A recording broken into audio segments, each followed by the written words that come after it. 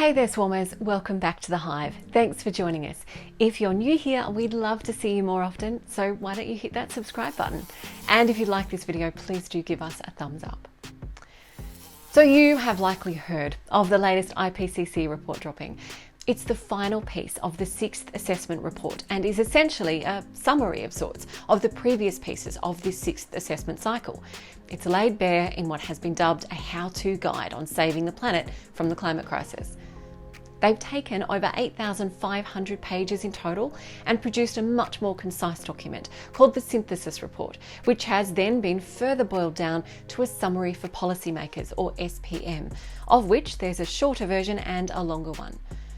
After a lengthy process of toing and fro-ing, this work has been signed off and endorsed by 195 countries. No small feat. There were 98 writers and editors and an additional 31 people on the scientific steering committee just for the SPM. But the total number involved in the 6th assessment cycle is in the thousands.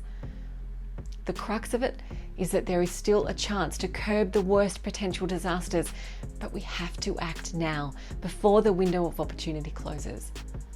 The summary provides a firm, very firm, kick up the backside and some reasons for maintaining optimism.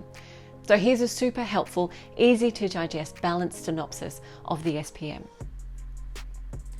The overarching, unavoidable, undeniable fact is, hold on to your hats, human activities, predominantly those resulting in the release of greenhouse gases, have unequivocally caused global warming. Take a moment. Who knew? Current warming is at 1.1 degrees Celsius above average temperatures in 1850 to 1900. Another hard, indisputable fact that they remind us of is that, quote, human-caused climate change is already affecting many weather and climate extremes in every region across the globe. This has led to widespread adverse impacts and related losses and damages to nature and people, end quote. Why? Well, because the atmosphere, cryosphere, biosphere and the oceans are all impacted and have been exhibiting major and rapid changes. Ocean warming and acidification has seen food production from the seas diminish, and we've seen mass mortality events. 3.3 to 3.6 billion people live in geographies which are highly vulnerable to the adverse impacts of climate change. The IPCC point out the inequity within this. Quote, vulnerable communities who have historically contributed the least to current climate change are disproportionately affected, end quote. Between 2010 and 2020, human mortality from floods, droughts and extreme storms was 15 times higher in vulnerable geographies than in areas with low climate vulnerability. Increasing extreme weather events have exposed millions of people to food and water scarcity, which has affected Indigenous peoples, small-scale food producers and low-income households the most. We must be unwavering in our fight for climate justice, not just climate action.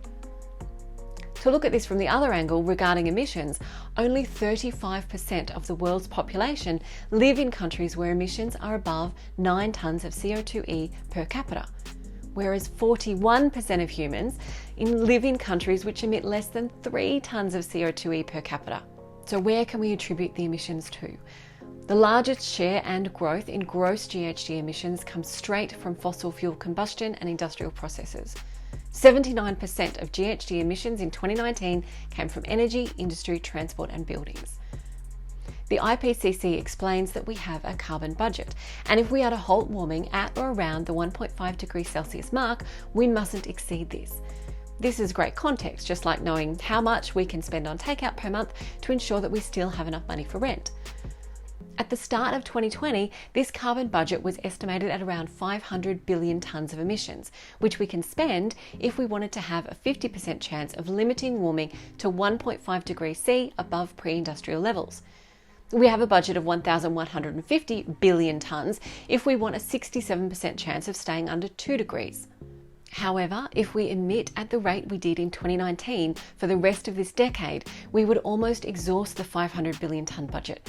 And we'd blow more than a third of the 1,150 billion tonne budget, meaning we're less likely to limit warming to under 2 degrees C above pre-industrial levels. In fact, they project that using only existing fossil fuel infrastructure without additional abatement would see an overshoot of the remaining carbon budget and therefore an overshoot of 1.5 degrees Celsius. If you're unsure of why these seemingly small numbers are so important, you can check out the explanation piece we did a little while ago, which we'll link to below. We're losing biodiversity and actual species. We have oceans rising faster than ever before. We have carbon sinks which can no longer keep up with the demands of sequestration that we're putting on them. There are extreme weather events taking lives and livelihoods. We're seeing food insecurity and water scarcity spread across continents. We can expect billions of people to be displaced by climate disasters or rising seas. And we will yet see further human mortality related to extreme heat and diseases. Climate-related foodborne, waterborne, or vector-borne diseases have all been increasing and will continue to do so. So where's this optimism I mentioned? Well, let's carefully look at how we can keep ourselves buoyed.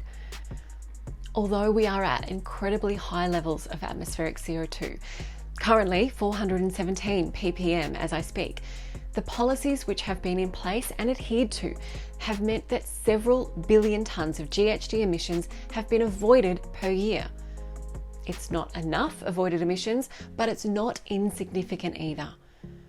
We're in the best position yet with regards to alternate sources of energy production. We have solar and wind-powered electricity being extremely cheap to access, and the tech to produce it ever more efficiently is also getting less expensive and more accessible. The cost to develop and employ battery storage is coming way down. Urban greening, mindfulness about food waste, rewilding, electrification of urban systems, and improved land management in all manner of applications are just some of the things the IPCC think are creating positive change. But of course there is a but. Most adaptation strategies are unequally distributed, incremental, sector-specific, and often actually maladaptive, meaning they cause more harm than good. There is widespread and rapid work required to ensure that these strategies are realistic and deployed. One of the major hurdles of adaptation strategies is the money required to finance them. Most tracked climate finance is directed towards mitigation, which on the face of it seems like a great idea, but it still falls short of the levels needed to limit warming to below 2 degrees C or to 1.5 degrees C across all sectors and regions. So directing some funds to adaptation measures might be prudent. It's not an either-or situation, but a both. Adaptation options such as disaster risk management, early warning systems, climate services, and social safety nets have broad applicability across multiple sectors, so should have a focus. With the ever-increasing public and political willingness to have this discussion and support climate action, many more countries and cities are including adaptation in their climate policies. One of the biggest takeaways to provide more motivation for action and a reminder that all is not lost is that every single increment of warming will bring with it more extreme climatic changes. Sorry, what? Let's look at that from the reverse angle. For every increment of warming we avoid, we'll also avoid further ecocide and human mortality. This is absolutely the basis for each and every one of us maintaining course for a decarbonised and more sustainable lifestyle. Every little bit helps. That the impacts of global warming are as incremental as the thermometer itself is great news. We really do have it all still to play for.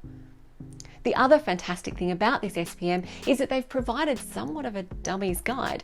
They've explained where and how the most rapid emissions reductions could be implemented, and where and how to best utilise carbon removal, including both technological and biological methods.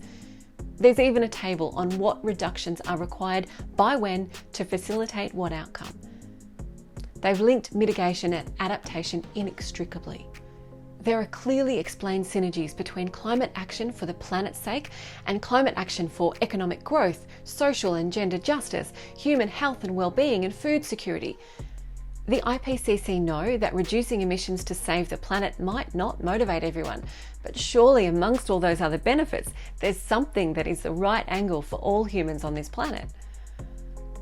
So along with jolting and jarring phrases like climate change is a threat to human well-being and planetary health, and there is a rapidly closing window of opportunity to secure a livable and sustainable future for all, there are also bright, shining beacons trying to ensure that we stay strong. like deep, rapid and sustained mitigation and accelerated implementation of adaptation actions in this decade would reduce projected losses and damages for humans and ecosystems, and deliver many co-benefits, especially for air quality and health. Every incremental reduction in GHGs is beneficial. It's not all or nothing. Do what you can today to live more sustainably with a smaller carbon footprint than you did yesterday. Every decision we make from here on will impact the livability of this planet. And fight for governmental policy and action to reflect the urgency of this matter. System change is not negotiable at this point. So swarmers, once again, we ask you to be active, not just in doing your best every day, but in motivating those around you, including policymakers and your elected officials. Knock at the door and don't stop knocking. There is urgency, but there is also optimism. Thanks again for joining us, swarmers. We really appreciate you. Thanks for doing all that you do, and don't give up. There is absolutely reason to be optimistic if we keep acting. Stay safe, stay healthy, and stay sustainable.